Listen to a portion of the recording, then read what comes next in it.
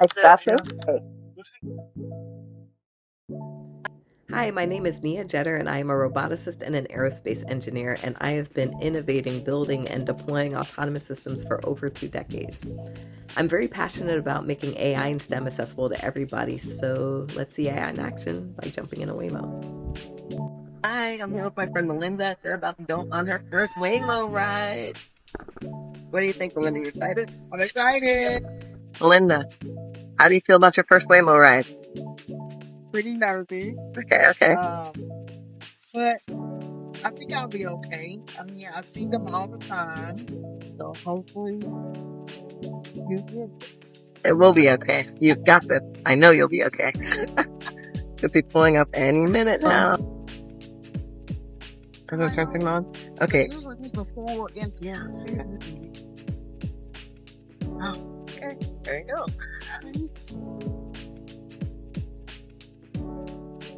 So what was your main hesitation with taking a Waymo?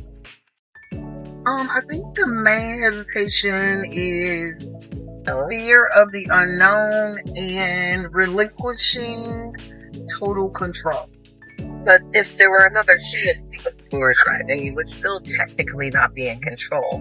So what is it that makes you feel comfortable relinquishing control to a human being, but not to an empty driver's seat? I can call out things that they may not see that I see and make them aware with nobody in the driver's seat.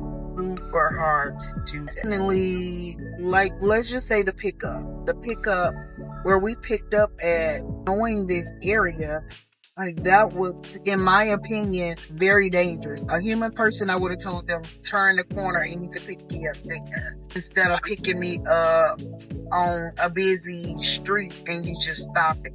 The Waymo may be safe, but other people driving, coming over the hill down, could be at a fast pace and boom, which puts me in danger.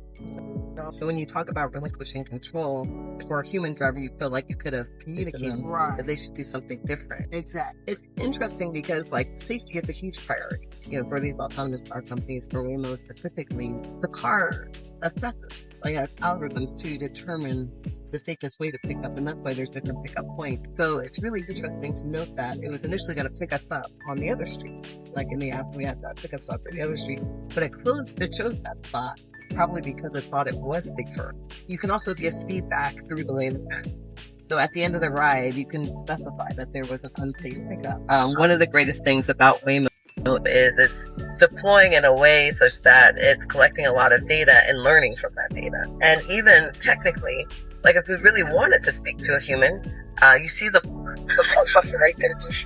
Yes. Push that button.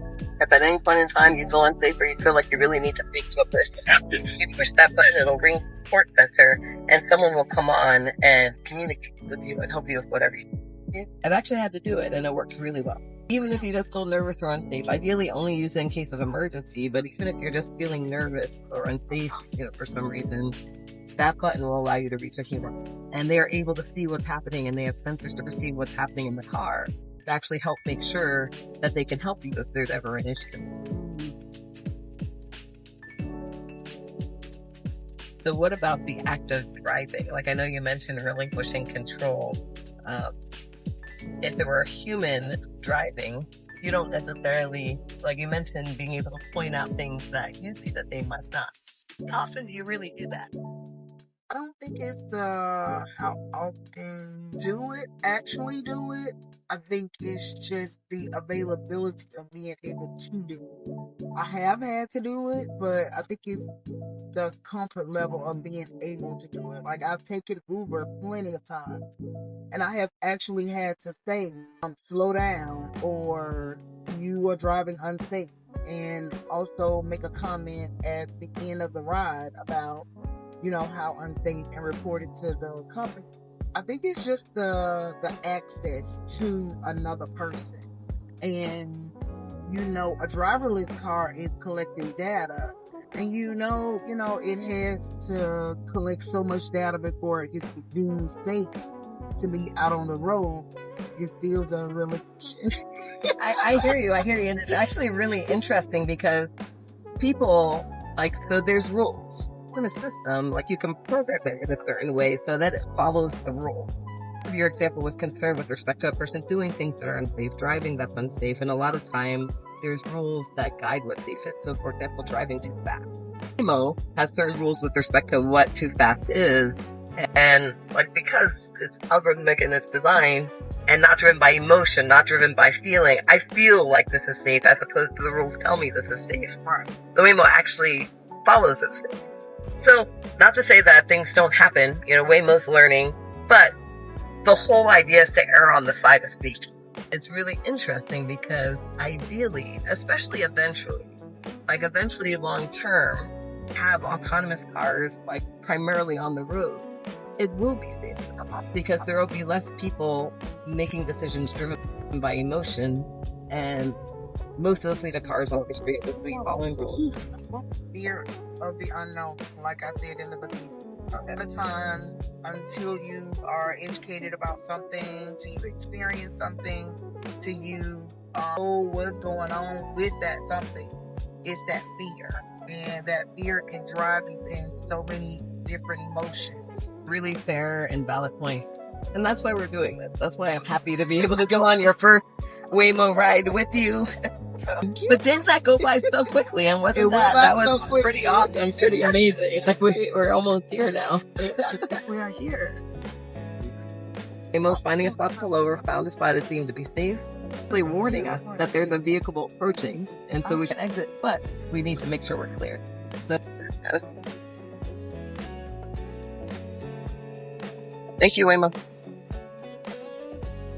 So since we had an unsafe pickup, we went into support. So it asked, how was your overall trip? We're going to go into feedback, actually. Pickup. Unsafe pickup. There's different ways to get feedback, but that's certainly one that you can do. Oh, but still, then they come in fast. Yeah, and it's interesting to note, that we designated the pickup spot to be over there. And I've had that happen before, and that's worth mentioning. I'll do it again for this ride as well. Okay. Are we ready? Yes, our Waymo is here. Are you ready? I'm ready. Okay, we got this. You got this. Go for it.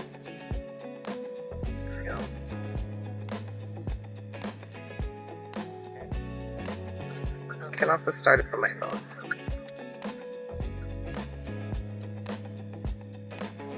You also have to take into account do other drivers respect the autonomous vehicle. Some drivers purposely try to sabotage the autonomous vehicle and the experience for their own purpose.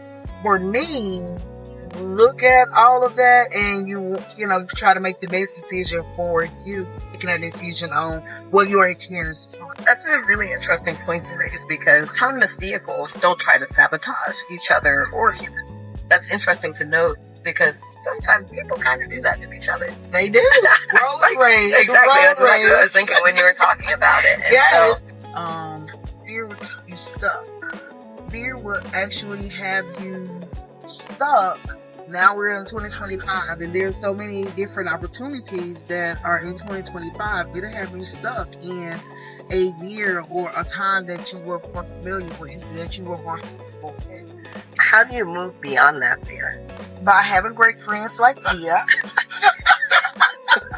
You trusting the friend to be able to trust the opportunity. So a lot of times, even when you don't trust the opportunity, you trust the person that's offering the opportunity. That can actually help eliminate the fear. Yeah. One of the things I like to say, as I go through this journey with fights and with education, trying to make education accessible, is exposure matters. Right. Like a lot of times, fear just comes from lack of exposure, lack of knowledge. And when you provide people with exposure, once people have knowledge and understand, they're not so afraid. And so I'm hoping that you're going on this Waymo ride. After this, you're going to download the Waymo app and start to ride on your own. What do you think? Yeah.